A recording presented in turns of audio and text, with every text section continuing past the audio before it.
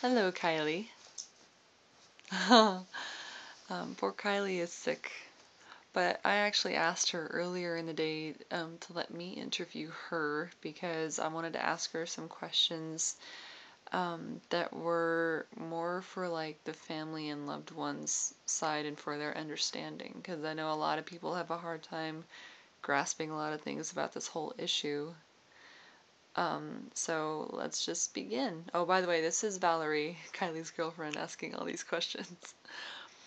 All right, so Kylie, after you came out to me and then, we broke up and I came back, what steps did we go through? What kind of research did we do?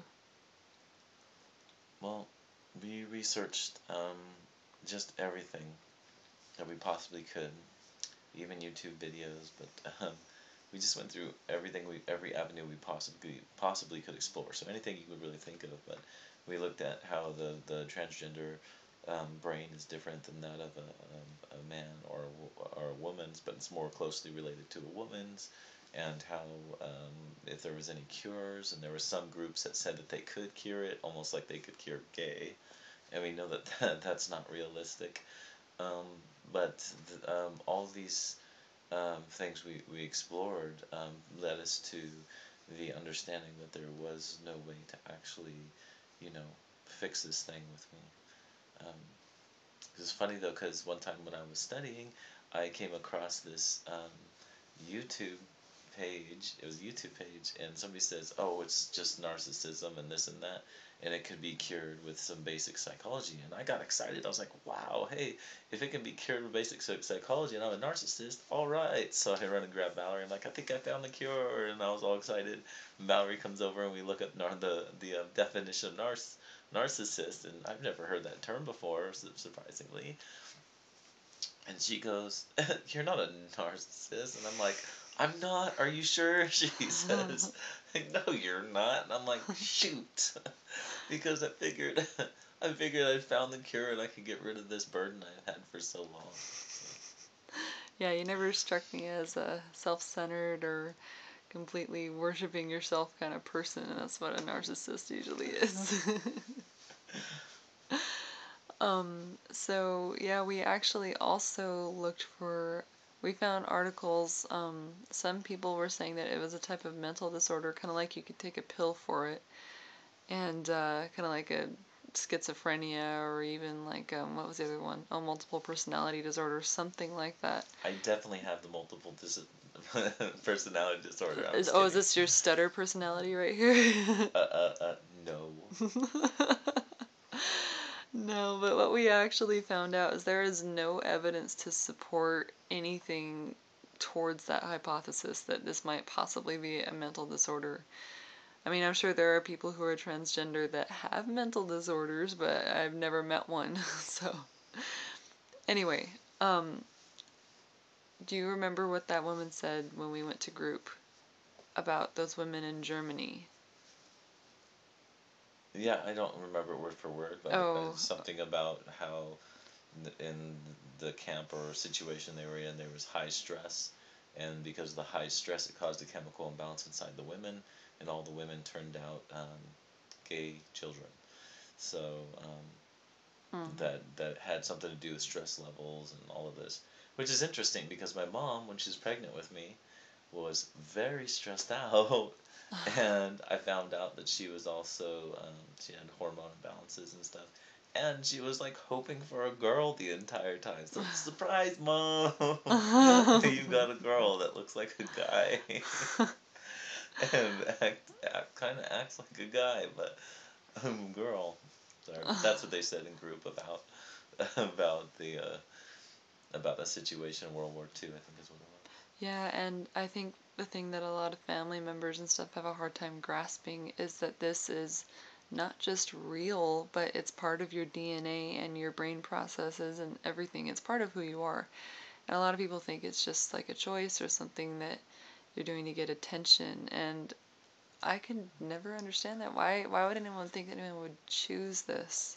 Well, me personally, I couldn't imagine a worse way to get attention. I personally would break my arm or something, do something, I don't know, get lots of tattoos, I would do something else to get attention, but it wouldn't be this. I've actually fought, as you know, Valerie, for a long time to try and get rid of this, and try to think of ways to go around it. And finally, I've come to the conclusion that there is no going around it or getting rid of it. And 30 years of working at it and feeling bad for feeling for feeling the way I felt and feeling bad towards myself and feeling like I'm a bad person. 30 years of that, it's time to quit. Mm-hmm. It's time to start being me and living and enjoying my life and realizing I'm an okay person. Oh yeah, So, you're a wonderful person. yeah. Well, I'm glad you said something like that because it reminded me of something. You said in one of your earlier videos, I think the one we did earlier this evening, about how you've been putting up a front. And for people who are having a hard time understanding this, especially, I think the people that have the hardest time are the ones who have never seen their loved one act like the opposite gender, really. You know, not a whole lot of it anyway, so they don't get it.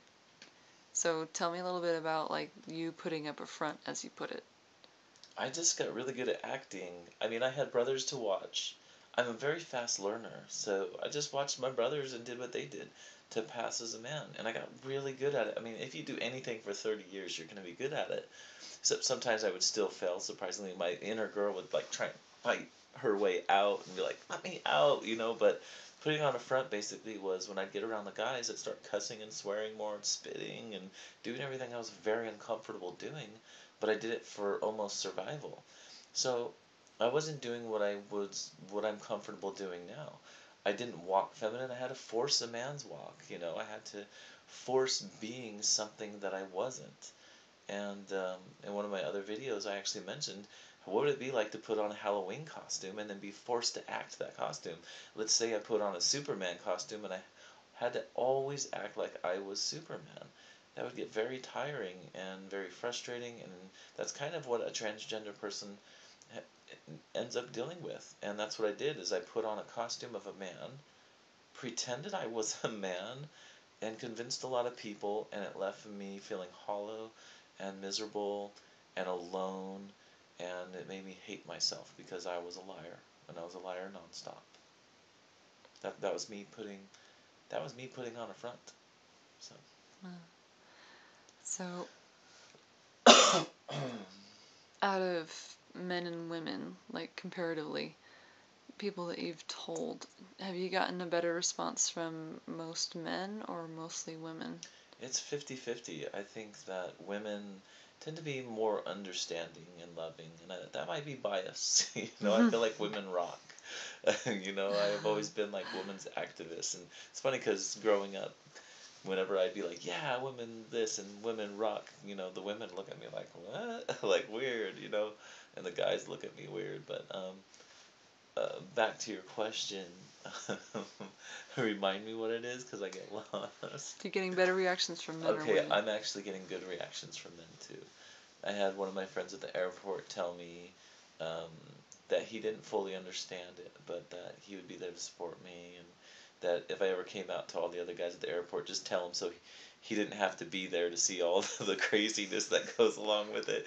But he says he'll be there for me. He's even texted me and called me and asked to make sure I was okay and talk to me. And so a lot of the other guys, I think they'll struggle with it, but I see the women struggle with it as well.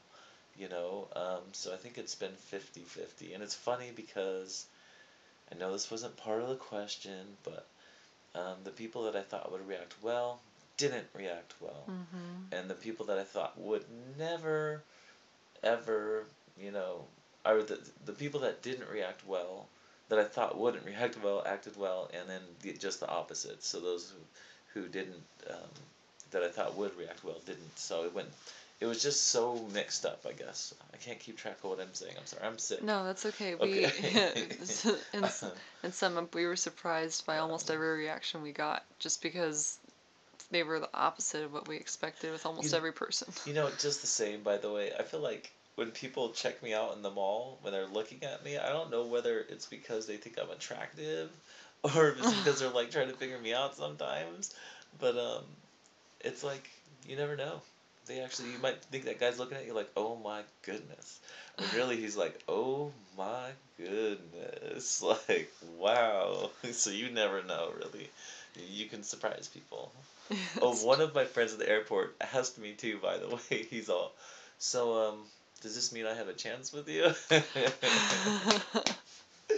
So, love that guy. Anyway, we're running out of time, but thank you for letting me do this, Kylie. It was fun. you're welcome. Alright, good night, YouTubers. Thank you.